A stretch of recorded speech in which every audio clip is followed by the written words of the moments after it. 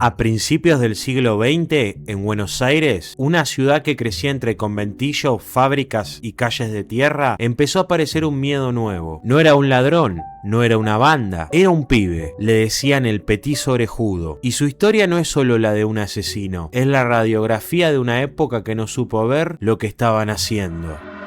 ¿Qué tal, gente? Bienvenidos una vez más al canal, espero que estén muy bien. Hoy vamos con un caso que es parte de la crónica negra argentina. Y te aviso algo, este video no busca el morbo, busca entender cómo un niño termina convertido en una pesadilla, qué señales se ignoraron y qué falló alrededor, y por qué este caso sigue siendo citado en criminología argentina. Si te gustan los documentales de crimen, historia o misterios, te invito a que te pongas cómodo. Y ahora sí, vamos con el caso. Los Godino llegaron a Buenos Aires desde Italia con la ilusión clásica del inmigrante, empezar de cero. Fiore y Lucía desembarcaron en 1888, dejando atrás San Demetrio, Coroné, un pueblo calabrés en la provincia de Conenza. Era esa época donde el puerto prometía futuro, pero la ciudad también podía tragarte vivo. En esa casa la figura del padre no era refugio, era una amenaza. Fiore era alcohólico y golpeador, y además, según relatos, había contraído sífilis antes del nacimiento de Cayetano. Y Cayetano llegó al mundo con la peor combinación posible: un cuerpo frágil y un hogar destruido. Durante sus primeros años estuvo varias veces al borde de la muerte por una estenderitis, y aún así, o quizás por eso, la infancia no tuvo contemplación. Cayetano fue víctima de golpes y maltratos constantes por parte de su padre, y el clima familiar no mejoró con el tiempo. Su hermano Antonio era epiléptico y con los años se convirtió en un bebedor irrecuperable, repitiendo el patrón del padre. Más adelante, Antonio se sumaría a Fiore en los castigos aplicados sobre Cayetano. Esa violencia se había convertido en una costumbre, en una tradición. Cayetano, entonces, creció como crecen muchos chicos cuando el hogar se vuelve invivible, en la calle, vagando. Desde los 5 años pasó por varias escuelas, pero la historia siempre terminaba igual: expulsiones, falta de interés, rebeldía, conflicto. La escuela no lo sostuvo, sino que lo expulsó. Y el escenario donde esa vida se fue torciendo y donde después se va a escribir una carrera criminal no es un lugar cualquiera. Son baldíos y conventillos de Almagro y Parque Patricios, cuando todavía eran borde de pampa, zona de quintas, de descanso, pero también arrabal. Un cruce áspero de paisanos y extranjeros, trabajo duro, hacinamiento, calles de barro y noches largas. Y esto parece clave para entender el clima de época. La historia arranca con inmigración y esperanza, pero aterriza en algo muy terrenal por aquellos años: la pobreza, la violencia doméstica. Pero cuidado, entender el contexto no es justificar las acciones. En ese entramado, Cayetano no tuvo una infancia rara, tuvo una infancia rota. Un pibe enfermo, golpeado, expulsado, criado entre baldíos y pasillos de conventillo. Y cuando todo eso pasa temprano, cuando se repite, cuando nadie corta el circuito, lo que aparece después no suele ser una sorpresa, suele ser una consecuencia. Pero es también ver qué tan ciega era la época para detectar señales, para intervenir o proteger. Y en esa época, si bien había castigos, también había desinterés. Es por eso que acá empieza lo más inquietante del caso. Cuando Cayetano todavía era un niño, ya aparece un patrón de ataques que, con el tiempo, va a ir escalando.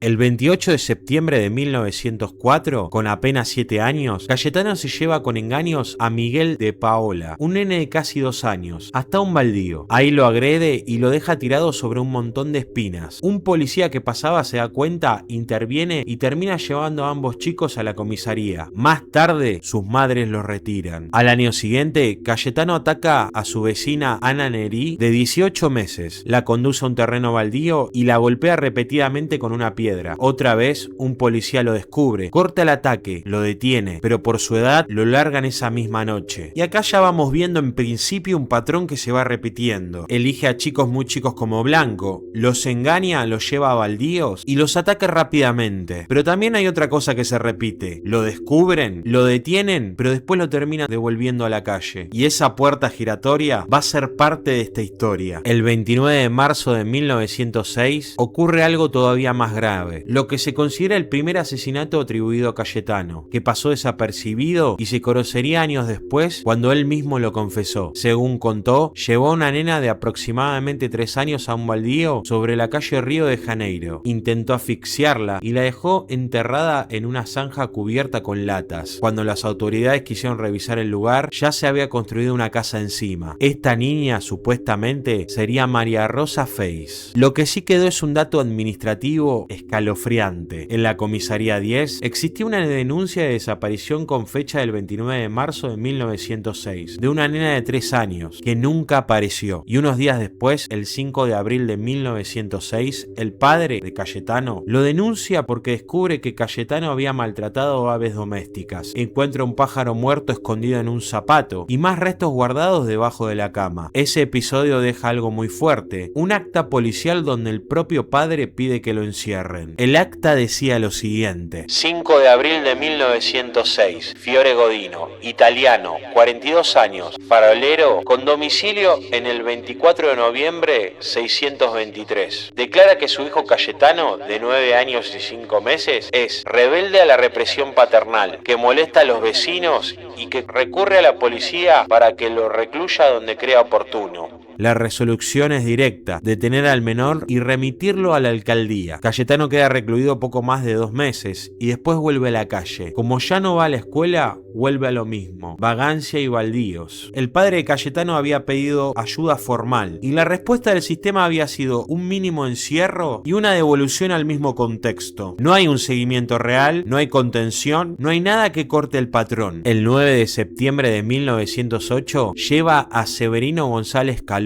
un nene de 2 años, hasta una bodega frente al Colegio del Sagrado Corazón e intenta ahogarlo en una pileta para caballos, tapándola después con una tabla. El dueño del lugar lo descubre. Cayetano intenta zafar con una excusa. Dice que al nene lo dejó ahí una mujer vestida de negro. Termina en la comisaría, pero lo retiran al día siguiente. Su siguiente víctima sería Julio Bote, tan solo 6 días después, el 15 de septiembre, provocándole quemaduras con un cigarro cerca de los ojos. Esta vez lo descubre la madre, pero él logra huir. Y finalmente, el 6 de diciembre, los padres, cansados, vuelven a entregarlo a la policía. Ahora sí lo mandan a la colonia de menores de Marcos Paz, donde permanece 3 años. Ahí aprende a leer y escribir un poco, pero la estancia, lejos de corregirlo, lo endurece. El 23 de diciembre de 1911, vuelve a la calle. Ya no es el mismo. Vuelve más frío, más curtido. Sus padres lo hacen volver a vivir con ellos y, en un intento desesperado de encarrilarlo, le consiguen trabajo en una fábrica, pero dura 3 meses. Después vuelve a vagar. Ya no se queda solo en los barrios conocidos. Empieza a moverse por zonas y ambientes más pesados de la Buenos Aires de entonces. Y aparece un dato que se repite en muchas historias criminales: dolores de cabeza que, según se decía, se le transformaban en ganas de hacer daño, sobre todo después de tomar alcohol. En 1912, Cayetano ya es conocido en la calle con un apodo que empieza a circular como advertencia: el petizo orejudo. Y ese año, todo lo que venía insinuándose explota. El 17 de enero de 1912, se mete en una bodega de la calle Corrientes y vuelve a aparecer una de sus obsesiones: el fuego. Provoca un incendio que tarda 4 horas en ser controlado por los bomberos. Después, ya detenido, declara: me gusta ver trabajar a los bomberos. Es lindo ver cómo caen en el fuego. Esto no eran los actos de un chico travieso. Había una fascinación, una búsqueda de espectáculo, de control y de ver el mundo arder. Y lo más inquietante es que lo decía con tal naturalidad. El 26 de enero de 1912 aparece el cuerpo de Arturo Laurona, de 13 años, dentro de una casa en alquiler en la calle Pavón. Está golpeado, semidesnudo y con un trozo de cordel atado alrededor del cuello. Lo habían reportado desaparecido el día anterior. El 7 de marzo de 1912, el asesino prende fuego la ropa de una nena de 5 años llamada Reina Bonita Vainikov. La pequeña muere después de 16 días de agonía en el hospital de niños. En los meses siguientes provoca 2 incendios más, que los bomberos controlan sin víctimas. El 24 de septiembre de 1912, mientras trabajaba en una bodega del Paulino Gómez, mata de 3 puñaladas a una yegua. No lo detienen por falta de pruebas. Poco después incendia la estación Bail, en las actuales Carlos Calvo y Oruro, de la compañía de tranvías Anglo-Argentina. Otra vez los bomberos lo controlan. Fíjate el patrón que se presenta: fuego, fugas, falta de mérito, falta de pruebas. En una ciudad donde la calle era el escenario y el control era mínimo, el asesino podía moverse con libertad, sin ser molestado. El 8 de noviembre de 1912, convence con engaños a Roberto Russo, de 2 años, prometiéndole caramelos. Lo lleva a un alfafar, le ata los pies y lo asfixia con un trozo de cuerda que usaba para ajustarse los pantalones. Lo descubre un peón del lugar y lo entrega a las autoridades. Godino dice que lo encontró atado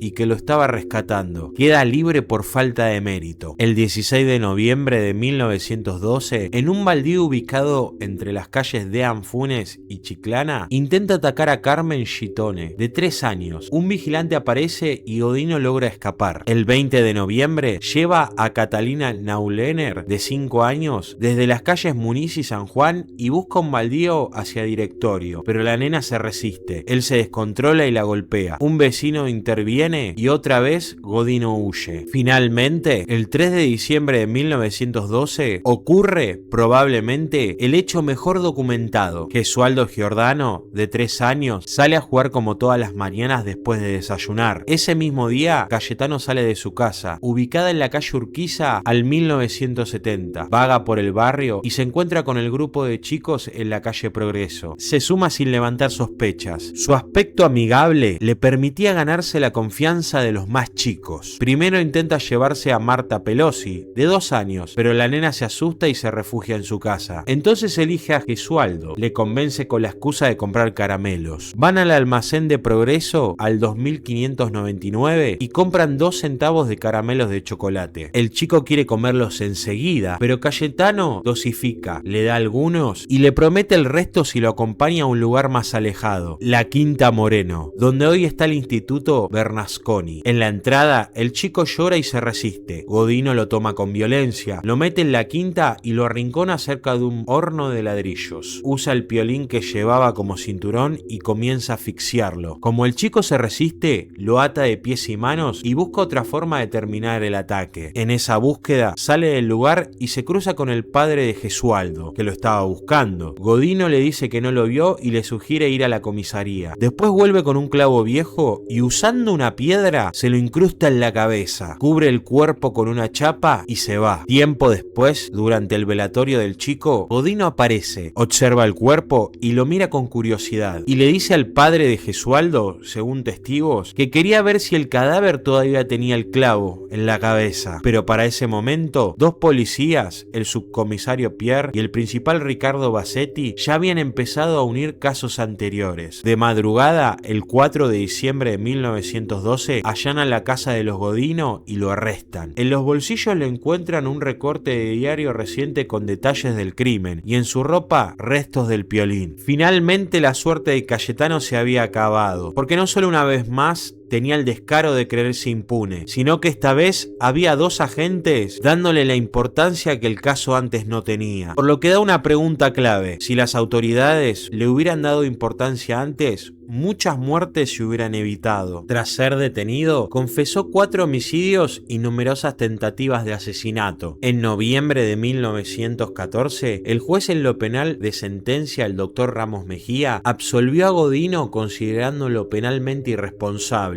y ordenó remitir las actuaciones al juzgado en lo civil para formalizar su internación por tiempo indefinido. Así, fue recluido en el Hospicio de las Mercedes, en el pabellón de alineados mentales. El Estado sí intervino esta vez, pero lo hizo desde una lógica que hoy suena tremenda. Si es inimputable, no va a ir a juicio como un criminal común. Se lo encierra igual como alineado, pero el problema era que si esa persona seguía siendo peligrosa, el lugar donde lo llevaban se iba a convertir en otro escenario de riesgo. Y en el hospicio, lejos de calmarse, atacó a 2 pacientes, a uno inválido en una cama y a otro en silla de ruedas. Después intentó huir. A raíz de la apelación emisión de la sentencia, la Cámara de Apelaciones en lo criminal resolvió por unanimidad que Santos Godino fuera confinado, mientras no hubiera asilos adecuados, en una penitenciaría por tiempo indeterminado. Por eso lo trasladaron a la Penitenciaría Nacional de la calle Las Heras, y así quedaba oficialmente cerrado el joven asesino. Lo institucional no alcanzaba para contenerlo, y ahí se abría un dilema incómodo: ¿tratamiento o castigo? Porque la realidad mostraba algo simple: él seguía lastimando, por lo que finalmente fue trasladado a una cárcel federal. 10 años después, en 1923, Cayetano Santos Godino fue trasladado al presidio de Ushuaia, en Tierra del Fuego, la famosa cárcel del fin del mundo, aislado, con una rutina dura y un nombre que ya te dice todo. De su vida ahí se sabe poco, porque el penal era casi un mundo aparte, pero lo que aparece en los registros y relatos sueltos muestra algo claro: no hubo reinserción posible, solo encierro. Ushuaia no era una cárcel común, era un destino final. En esa época, a ciertos presos directamente los mandaban al confinamiento, no para recuperarlos, sino para sacarlos del mapa. Entre los presos más célebres de esta cárcel se encuentra Mateo Banks. Ya hay un video en el canal por si querés verlo. Continúo. En 1927 circula una versión muy repetida, que médicos del penal, apoyados en ideas de Lombroso, hoy consideradas pseudociencia, creían que la maldad se explicaba por rasgos físicos, y por eso le habían practicado una cirugía para achicarle las orejas. Es un dato que suele contarse, pero muchas fuentes lo dan como no comprobado, y en todo caso, lo importante es lo que simboliza. La época busca explicaciones científicas donde solo había horror, abandono y diagnóstico improvisado, y tal cual como otro asesino en serie de Argentina, ya sabemos que esto no tiene nada que ver. Pero este punto era tremendo, por lo que representa más que nada. Como algo muy característico de la época, la medicina se mezclaba entre prejuicios y teorías rotas, como si el problema fueran sus rasgos, y no una historia completa de violencia, abandono y un sistema que no supo frenarlo cuando debía. En 1936, Godino pidió la libertad, pero se le fue denegada. Los dictámenes médicos fueron tajantes. Los doctores Negri, Lucero y Esteves y Cabret concluyeron que es un imbécil o un degenerado hereditario, perverso, instintivo, extremadamente peligroso para quienes lo rodean. Y con eso la puerta quedó cerrada para siempre. Pero habían logrado algo, porque habían descubierto que no había una cura. Estaban diciendo que iba a volver a reincidir en el momento en que lo pusieron en libertad, por lo que era imposible su reinserción a la sociedad. No había segunda oportunidad, sino un riesgo permanente. Hay una última anécdota que sobrevive entre los relatos del presidio. En 1933, Godino habría desatado la furia de los presos por matar al gato mascota del penal, arrojándolo al fuego junto con los lenios. La respuesta fue inmediata. Lo golpearon tanto que, según se cuenta, tardó más de 20 días en salir del hospital. Y después, silencio. Como si el final de su historia fuera exactamente eso: un hombre encerrado en el frío, lejos de todos, sin redención y sin salida. Godino sobrellevó los años finales del presidio sin amigos, sin visitas, sin cartas. Un nombre que ya no importaba y un cuerpo que simplemente seguía ahí, acumulando días. Murió en Ushuaia el 15 de noviembre de 1944, y lo más inquietante es que las circunstancias siguen siendo nebulosas. La versión oficial o más citada sostiene que falleció por una hemorragia interna, producto de un proceso ulceroso, pero alrededor de esa muerte también flotan otras sombras. Se sabe que fue maltratado y que, dentro del penal, sufrió agresiones y humillaciones constantes. Y según otra versión repetida en relatos del presidio, los propios guardias habrían comentado que Godino terminó muriendo a manos de otros reclusos, golpeándolo hasta morir. Incluso su final termina siendo un agujero negro, y muy simbólico a la vez. Volvió a tener esa violencia como rutina, pero después nadie sabe, nadie vio y nadie escuchó nada, por lo que deja su historia o el fin de ella en un aro de misterio. El penal de Ushuaia fue clausurado en 1947 y con el paso del tiempo hasta el último rastro físico se volvió difuso. Cuando el cementerio fue eliminado, se cuenta que sus huesos fueron saqueados, como si ni siquiera la muerte hubiese sido un cierre, solo otra forma de borrarlo y al mismo tiempo de convertirlo en una leyenda oscura. No hay final limpio ni hay punto final. Hay una muerte dudosa, un cuerpo que desaparece y una historia que queda abierta, como esas historias que el país guarda en una caja negra. Cayetano Santos Godino no fue un genio del mal,